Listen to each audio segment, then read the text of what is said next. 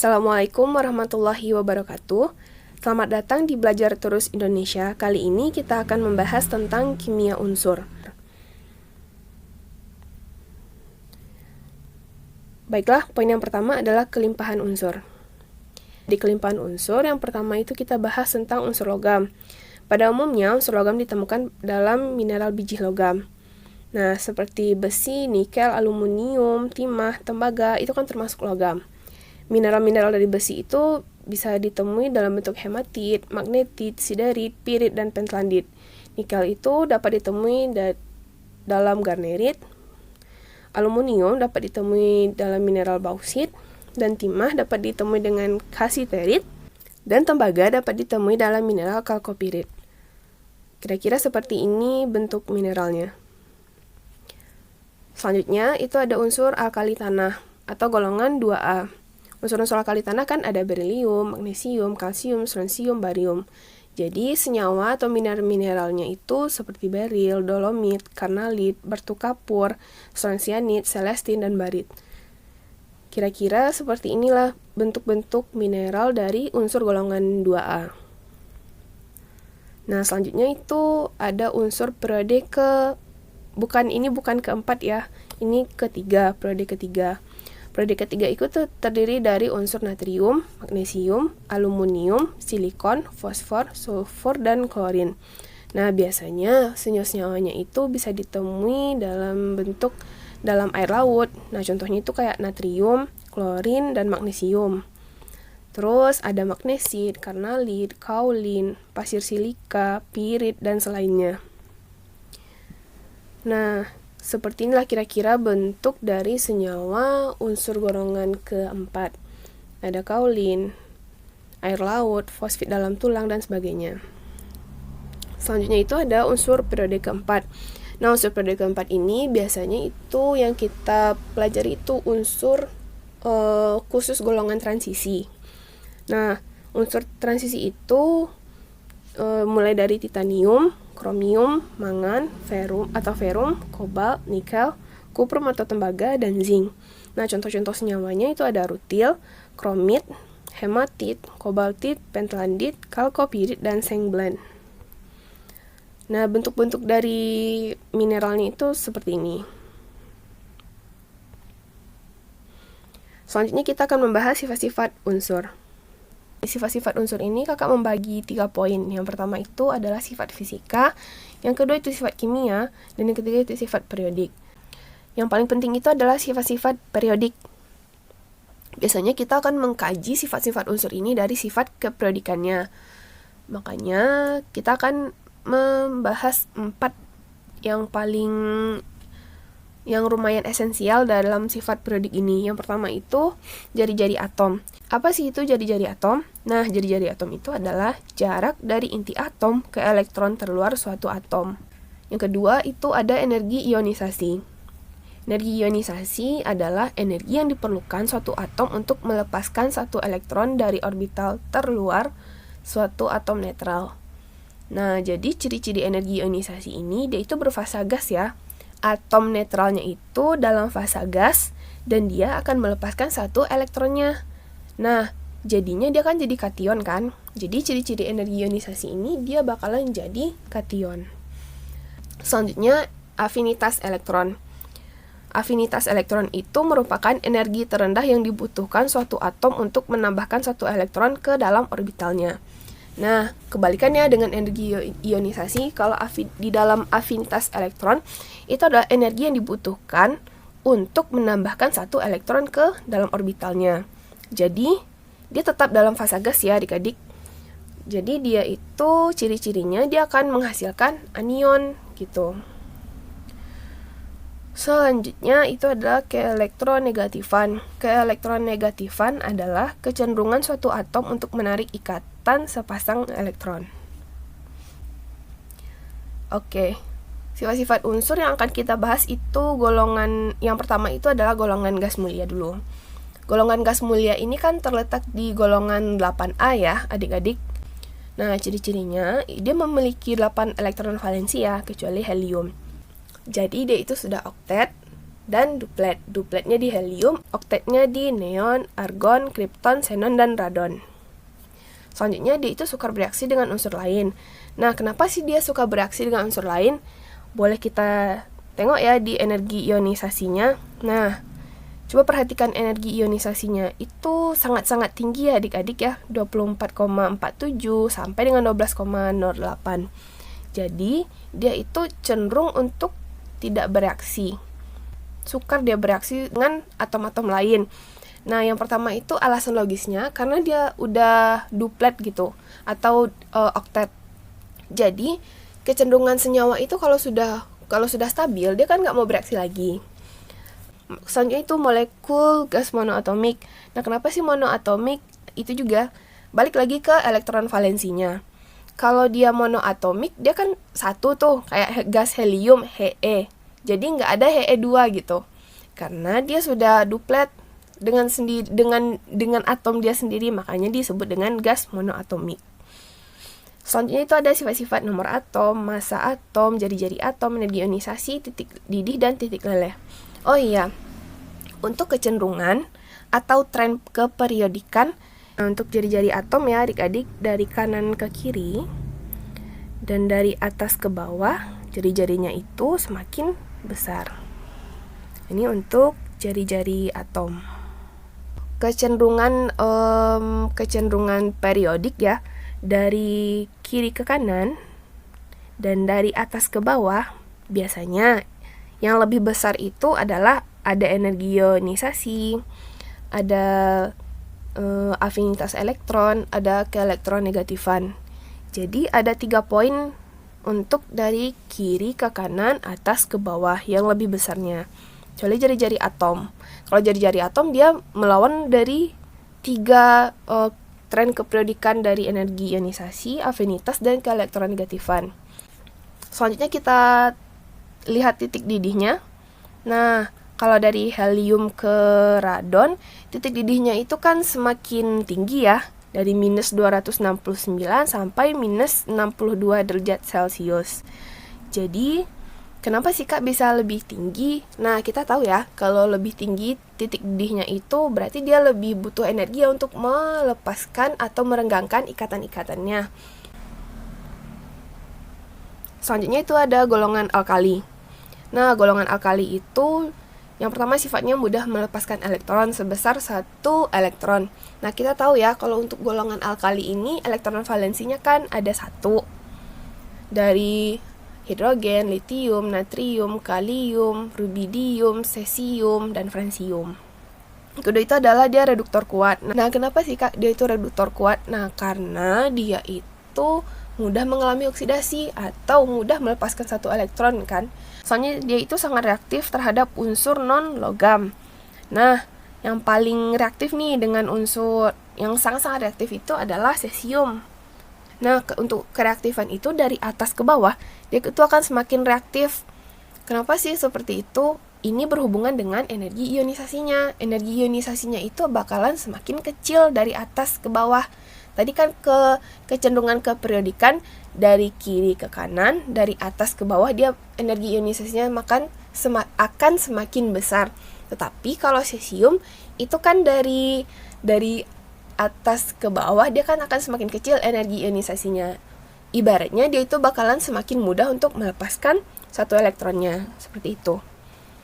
Selanjutnya dia mudah bereaksi dengan air, seperti litium. Nah, seperti ini ya adik-adik kira-kira reaksinya. Selanjutnya itu ada sodium atau Na. Nah, dia akan ada flame gitu ya setelah beberapa bereaksi dengan air. Setelah itu ada potasium yang langsung ada apinya jika dimasukkan. Dan rubidium, nah langsung ada letusan gitu ya adik-adik ya. Dan yang terakhir itu ada cesium. Nah, semakin parah lagi ya reaksinya dengan air.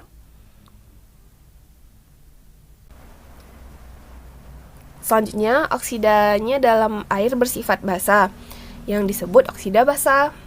Nah, contohnya itu ada natrium oksida ditambah dengan air. bakalan jadi natrium hidroksida. Selanjutnya, sifat kelogamannya lebih kuat dibandingkan sifat logam alkali tanah. Nah, yang paling logam itu adalah, ini bukan barium ya, tapi ini cesium yang paling logam. Karena barium itu terletak di golongan 2A. Jadi yang paling logam itu adalah cesium. Kita perhatikan tabelnya ya adik-adik. Nomor atom, massa atom, ini udah biasa ya. Jari-jari atom. Nah, kita tahu tadi kan kalau jari-jari atom itu dari atas ke bawah dia bakalan semakin besar. Energi ionisasi juga seperti itu. Dari atas ke bawah dia semakin kecil ya. Terbalik dengan jari-jari atom. Keelektronegatifannya sama dengan energi ionisasinya. Lebih dari atas ke bawah itu lebih kecil. Afinitas juga seperti itu, dari atas ke bawah semakin kecil. Nah, untuk titik didih, dia itu dari atas ke bawah dia bakalan semakin kecil. Dari titik didih dan titik leleh, kita dapat menentukan fase apa sih dia dalam suhu ruangan. Nah, perlu kita ketahui ya, suhu ruangan itu yang standarnya biasanya 25 derajat Celcius sampai 30 derajat Celcius. Biasanya kalau kita hidup di negeri panas ya, itu terkadang suhu ruangannya bisa sampai 28 derajat Celcius atau bisa sampai 30 derajat Celcius. Tapi kalau di daerah dingin itu biasanya 25 derajat Celcius. Untuk litium itu kan ada 181 derajat titik lelehnya. Otomatis 25 derajat Celcius itu kan sebelum 181 derajat. Jadinya dia itu kan berfasa padat, atau dia padatan si litium ini yang kita temui di suhu ruangan. Kalau si natrium juga seperti itu, dan kalium. Natrium, kalium, dan rubidium. Nah, itu kan masih 98 derajat sampai 39,3 derajat ya adik-adik. Nah, dalam suhu ruangan, dia kan itu masih 25 derajat itu kan sebelum si 98 sampai 39. Makanya kita temui dalam suhu ruangan dia masih berfasa padat. Nah, sedangkan cesium, dia itu 28 derajat. Ibaratnya seperti ini. Kalau sudah 25 derajat Celcius, otomatis kan 3 derajat lagi tuh. Dia udah kita jumpai dalam bentuk liquid atau cairan gitu. Jadi metalnya ini umumnya kalau di suhu ruangannya 30 derajat, ya dia sudah cair, sudah jadi larutan gitu ya. Bukan larutan, maaf. Dia sudah menjadi cairan logam gitu.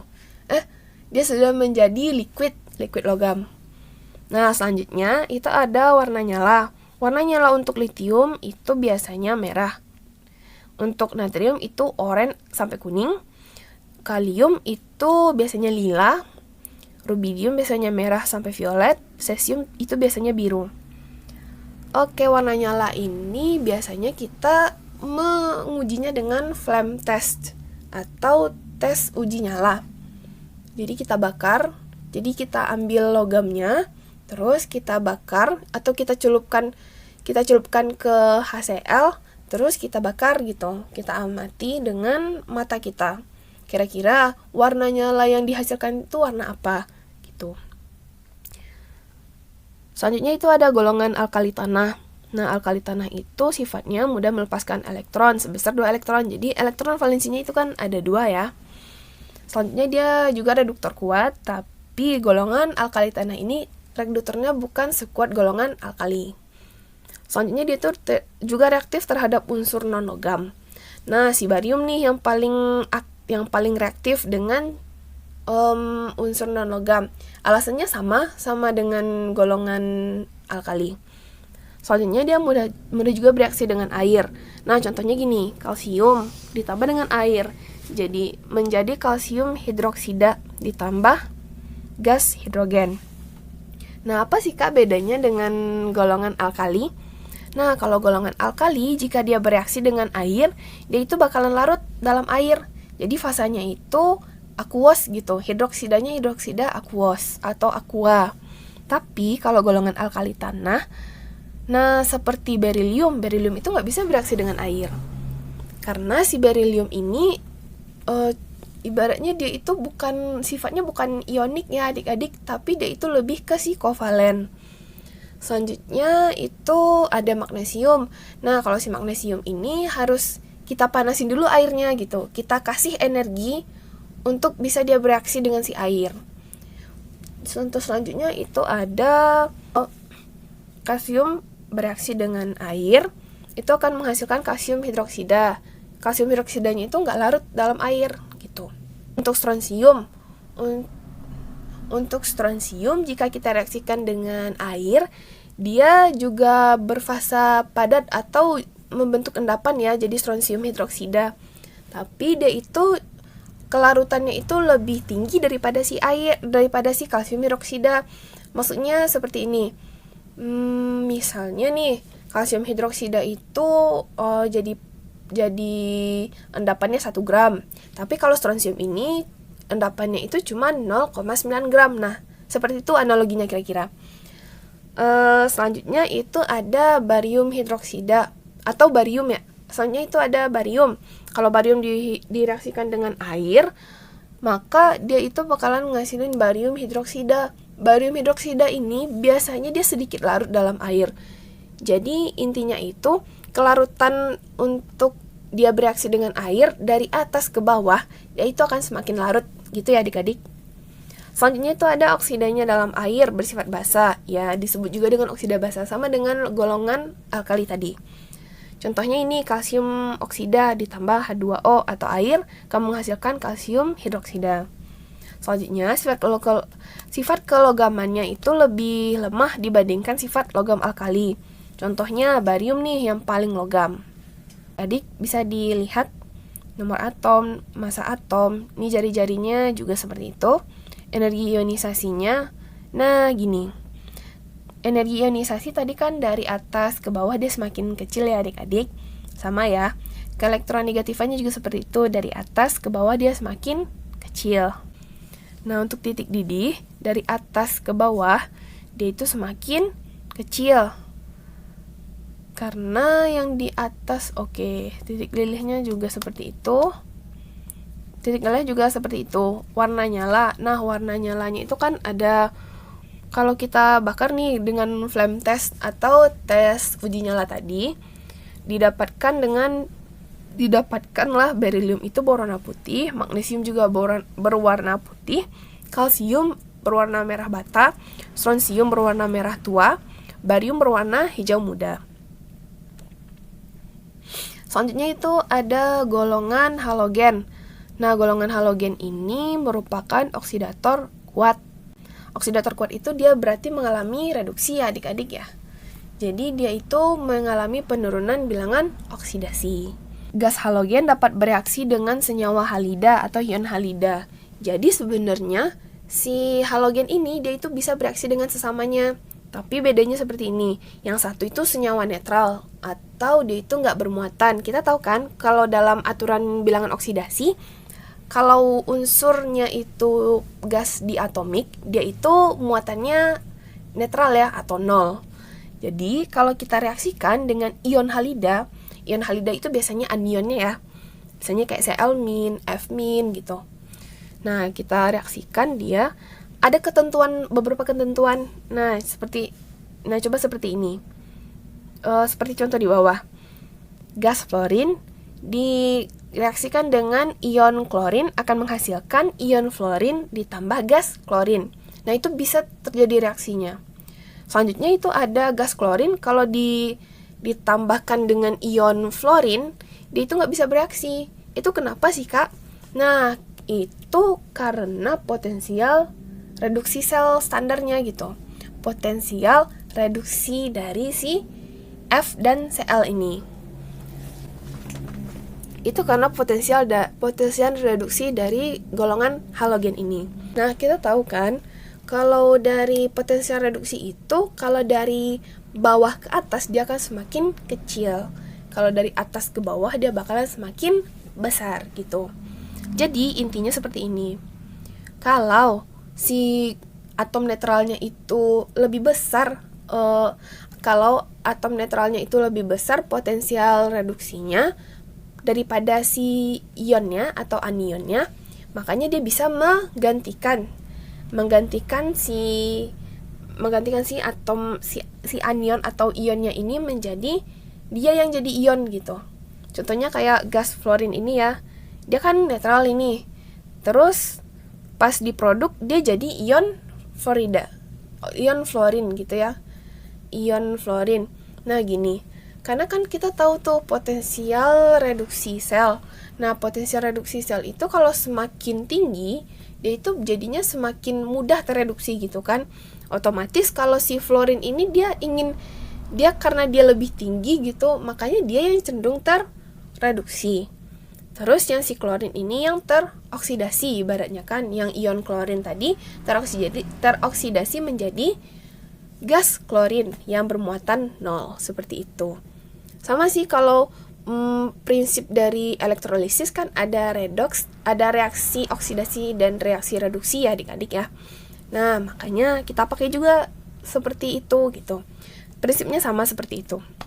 Nah selanjutnya dia itu reaktif dalam menerima elektron. Bener ya, karena dia kan kekurangan elektron 1 gitu kan. Makanya dia sangat reaktif untuk menerima elektron. Unsur yang paling reaktif dalam menerima elektron adalah fluor. Selanjutnya dia itu memiliki biloks yang lebih dari 1 kecuali fluor. Nah seperti ini. Biloksnya ini biasanya ya itu adalah bisa +3, +5, +7 seperti itu. Kecuali fluor itu cuma 1 aja biloksnya gitu. Nah, yang kakak bilang tadi itu kan ada, kenapa sih kak dia itu sangat reaktif si fluor ini? Itu karena kita lihat ke elektronegatifannya. Nah, unsur yang paling elektronegatif dalam periodik tabel itu adalah unsur fluor. Nah, kita tengok nih 3,98. Itu sangat elektronegatif ya. Berarti pasangan elektronnya itu harus ke dia gitu. Harus dia yang menarik si elektronnya seperti itu. Tadi kan kita tahu kan definisi keelektronegatifannya. Nah, seperti itu kira-kira adik-adik. Dia yang paling mudah untuk menarik elektron dari atom-atom lain seperti itu. Jadi dia yang paling reaktif, yang mudah bereaksi gitu. Selanjutnya itu ada titik didih. Nah, bedanya biasanya kalau unsur non-logam, titik didihnya itu dari atas ke bawah, dia itu akan semakin besar. Karena tergantung dengan jari-jari atomnya biasanya. Kalau untuk, kan kita tahu nih, sifat-sifat unsur yang seperti ini kan biasanya dia gas diatomik. Dalam bentuk kita temui unsurnya itu dalam gas diatomik bukan. Jadi saat dia merenggangkan ikatannya, otomatis gas diatomik itu akan dipengaruhi oleh jari-jari atom. Jadi semakin besar jari-jari atomnya, jadi semakin perlu energi lagi tuh untuk merenggangkan ikatan-ikatannya. Jadi yang paling tinggi itu adalah astatin ya adik-adik, 337 derajat Celcius. Sama dengan titik leleh juga seperti itu alasannya. Nah, warna dari fluorin itu biasanya kuning muda. Kalau klorin itu hijau kekuningan, kalau bromin merah coklat, iodin ungu, astatin hitam. Oh ya, kakak ketinggalan sedikit lagi. Untuk fluorin, titik didih fluorin itu minus 188 derajat. Nah, minus 188 derajat ini kalau udah sampai suhu ruangan dia kira-kira bentuk apa ya fasanya? Nah, fasanya ini berbentuk gas gitu ya adik-adik ya. Sama dengan klorin juga minus 34,6 derajat Celcius titik didihnya gitu ya. Jadi dia belum sampai suhu ruangan dia udah jadi gas. Untuk bromin, titik lelehnya kita tengok minus 7,25 derajat Celcius. Jadi di minus 7,25 derajat Celcius dia sudah meleleh. Artinya dia udah berbentuk cairan atau liquid. Pas mendidih baru 5,8 derajat Celcius. Otomatis 5,8 derajat Celcius ini sebelum suhu ruangan otomatis dia masih cairan ya. Jadi kalau di dalam 25 derajat Celcius atau suhu ruangan, dia ini berbentuk atau berfasa cairan, berfasa liquid gitu ya. Berbentuk cairan. Kalau iodin, nah iodin ini titik lelehnya 114 derajat Celcius. Jadi kan setelah suhu ruangan dia masih padat gitu ya, masih belum 25 derajat Celcius itu dia masih belum meleleh ya, belum apa-apa itu ya. Jadi dia berfasa padat. Sedangkan sama kayak astatin juga seperti itu, berfasa padat. Nah, selanjutnya itu ada kita masuk ke periode ketiga. Periode ketiga itu kan unsur-unsurnya itu ada natrium, magnesium, aluminium, silikon, fosfor, sulfur, dan klorin. Untuk dari natrium ke klorin itu oksidatornya itu sifat oksidatornya itu semakin kuat, otomatis artinya reduksi dia itu akan semakin besar, mengalami reaksi reduksi gitu. Kalau untuk dari kiri ke kanan atau dari klorin ke natrium, jadi reduktornya itu semakin besar, otomatis dia itu akan semakin mudah mengalami reaksi oksidasi atau penambahan bilangan oksidasi ya, kalau oksidasi itu. Selanjutnya itu ada sifat kelogaman. Nah, kalau natrium, magnesium, aluminium dia bersifat logam, sedangkan silikon dia semi logam, fosfor dan sampai klorin dia itu non logam. Dan selanjutnya ada kekuatan asam atau basa.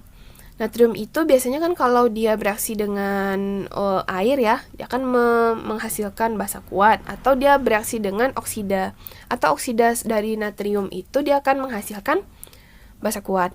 Magnesium akan menghasilkan basa lemah karena dia tadi juga itu ya sulit dia sebenarnya bereaksi gitu kan, karena dengan air saja dia bereaksi harus dididihkan, harus dengan air panas gitu. Aluminium dia itu sebagai amfoter. Nah, aluminium ini unik, dia itu bisa bisa bersifat asam dan bisa bersifat basa. Selanjutnya itu ada silikon.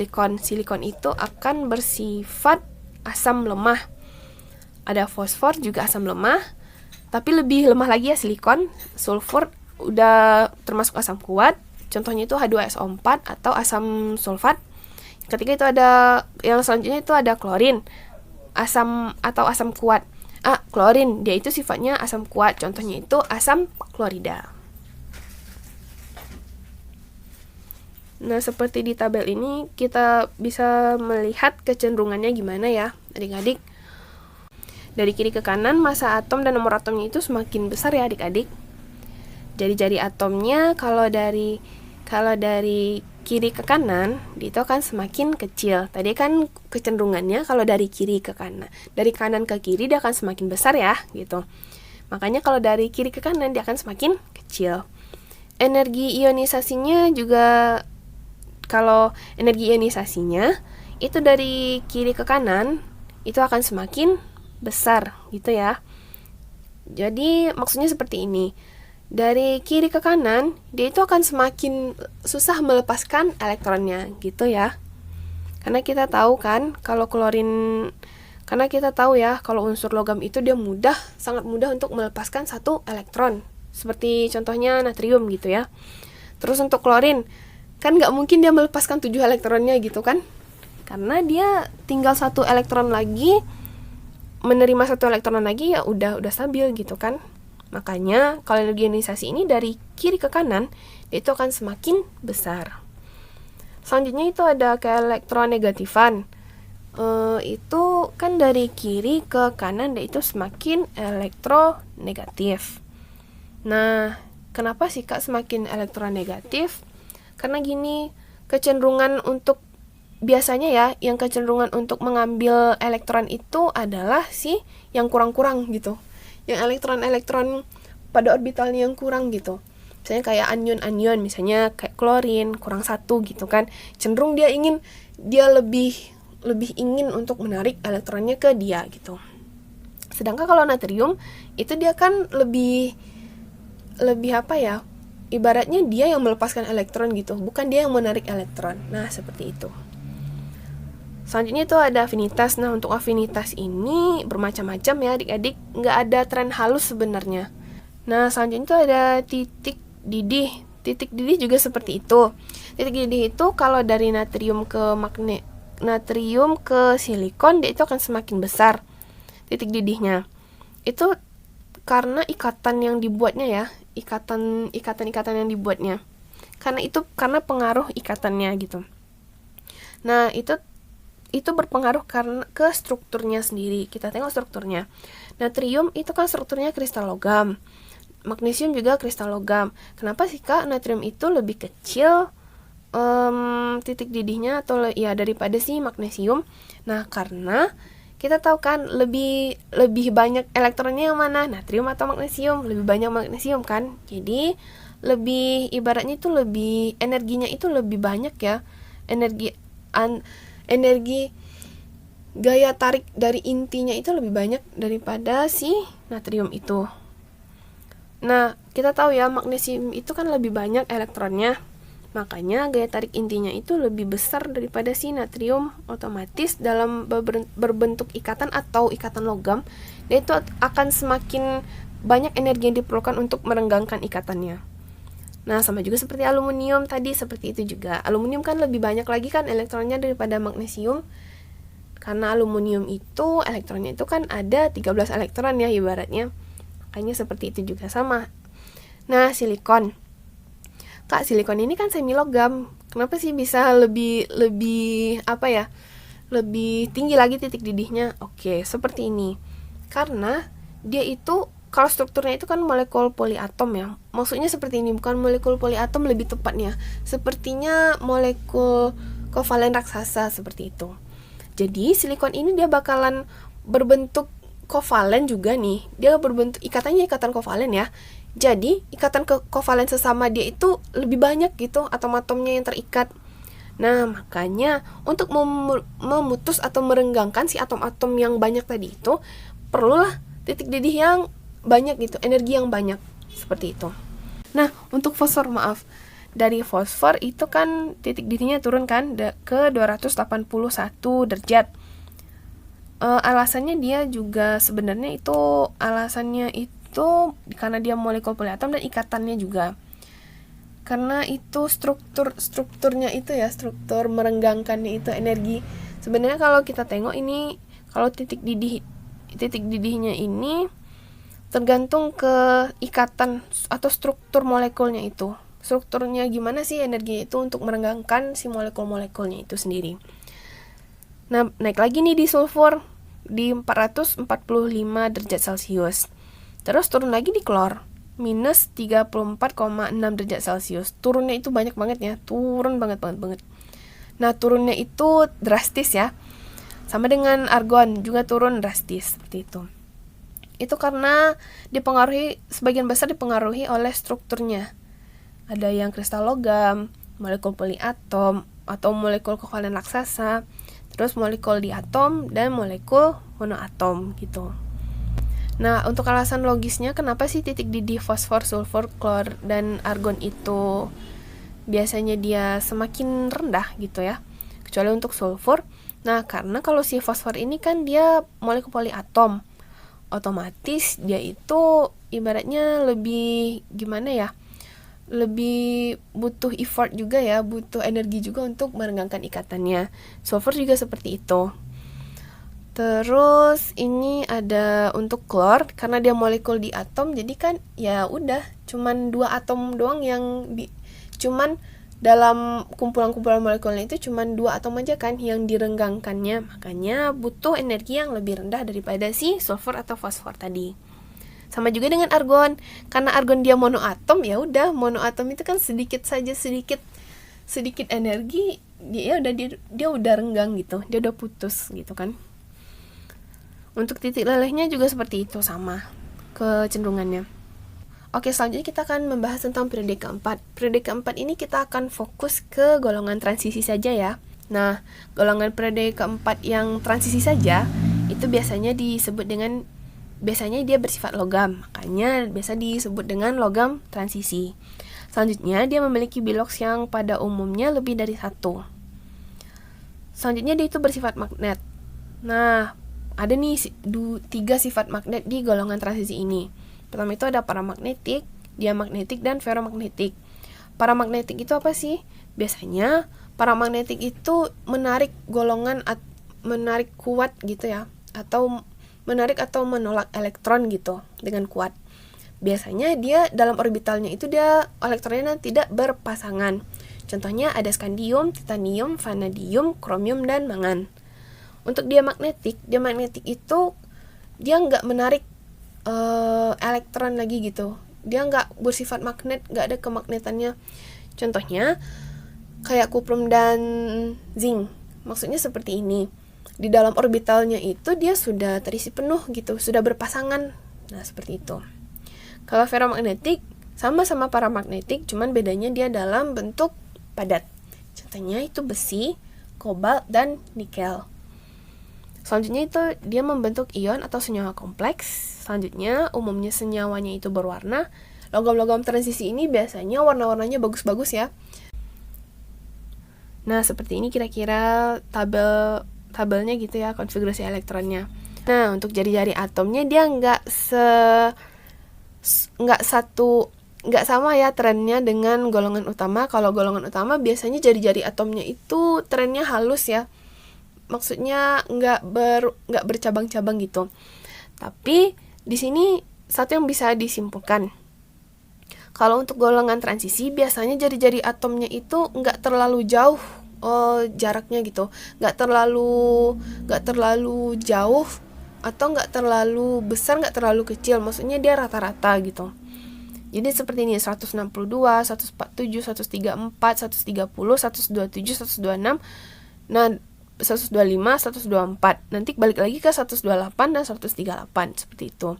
Sebenarnya dari golongan 3B ke golongan 8B dia itu akan semakin menurun ya jari-jarinya. Sama sih dengan golongan A. Tapi kalau saat dia di golongan 1B ke golongan 2B dia naik lagi jari-jarinya seperti itu. Makanya kakak sebut dia bukan tren yang halus. Selanjutnya ke elektronegatifanya. Nah, kita lihat di sini ke elektronegatifanya juga sama ya. Dia bukan tren yang halus gitu. Tapi umumnya dia itu dekat-dekat ke elektronegatifanya gitu. Maksudnya nilainya. Nah, bisa dibaca ya adik-adik di sini.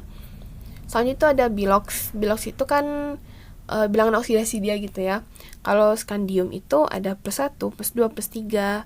Titanium ada +1, +2, +3, +4. Nah, sampai dengan kuprum itu ada +1, +2. Nah, biasanya tadi kan kita bilang nih bilox, biasanya kalau transisi itu biloxnya banyak. Nah, kecuali si zinc. Zinc cuman punya bilox +2 saja, seperti itu. Selanjutnya kita masuk ke manfaat unsur. Nah, apa sih Kak manfaat unsur? Nah, bisa dibaca ya. Manfaat unsur itu yang pertama itu dari senyawa alkali. Contohnya natrium hidroksida. Natrium hidroksida itu biasanya digunakan. Natrium hidroksida ini biasanya dikenal dengan soda api. Nama dagangnya gitu ya, soda api. Itu biasanya untuk pembuatan sabun, deterjen, kertas, serat, rayon, dan lain-lainnya. Selanjutnya itu ada senyawa alkali tanah. Itu contohnya magnesium oksida. Magnesium oksida itu biasanya dipakai untuk bahan gading tiruan, obat penyakit mah, dan pelapis tanur. Ini pelapis tanur ya, bukan tanus, tanur. Selanjutnya ke senyawa halogen. Nah, senyawa halogen itu contohnya kita tengok di PVC. PVC itu polivinyl klorida. Selanjutnya ada manfaat unsur periode keempat. Periode 4 itu seperti natrium tadi. Natrium udah tadi ya. Itu bisa sebagai lampu penang jalan. Nah, magnesium ini juga bisa sebagai obat mah tadi ya. Kalau di sini kan magnesium digunakan untuk kerangka pesawat terbang dan lampu kilat dalam fotografi. Ini bisa dibaca saja. Selanjutnya itu ada unsur transisi, contohnya besi. Besi itu campuran untuk membuat baja gitu ya. Terus ada timah, itu biasanya melapisi baja atau membuat perunggu. Terus ada emas, itu membuat medali, biasanya medali emas gitu. Terus ada seng sebagai pigmen dalam cat pelat negatif dalam baterai listrik dan sebagainya. Nah, sedikit akan kakak bahas tentang proses pengolahan unsur.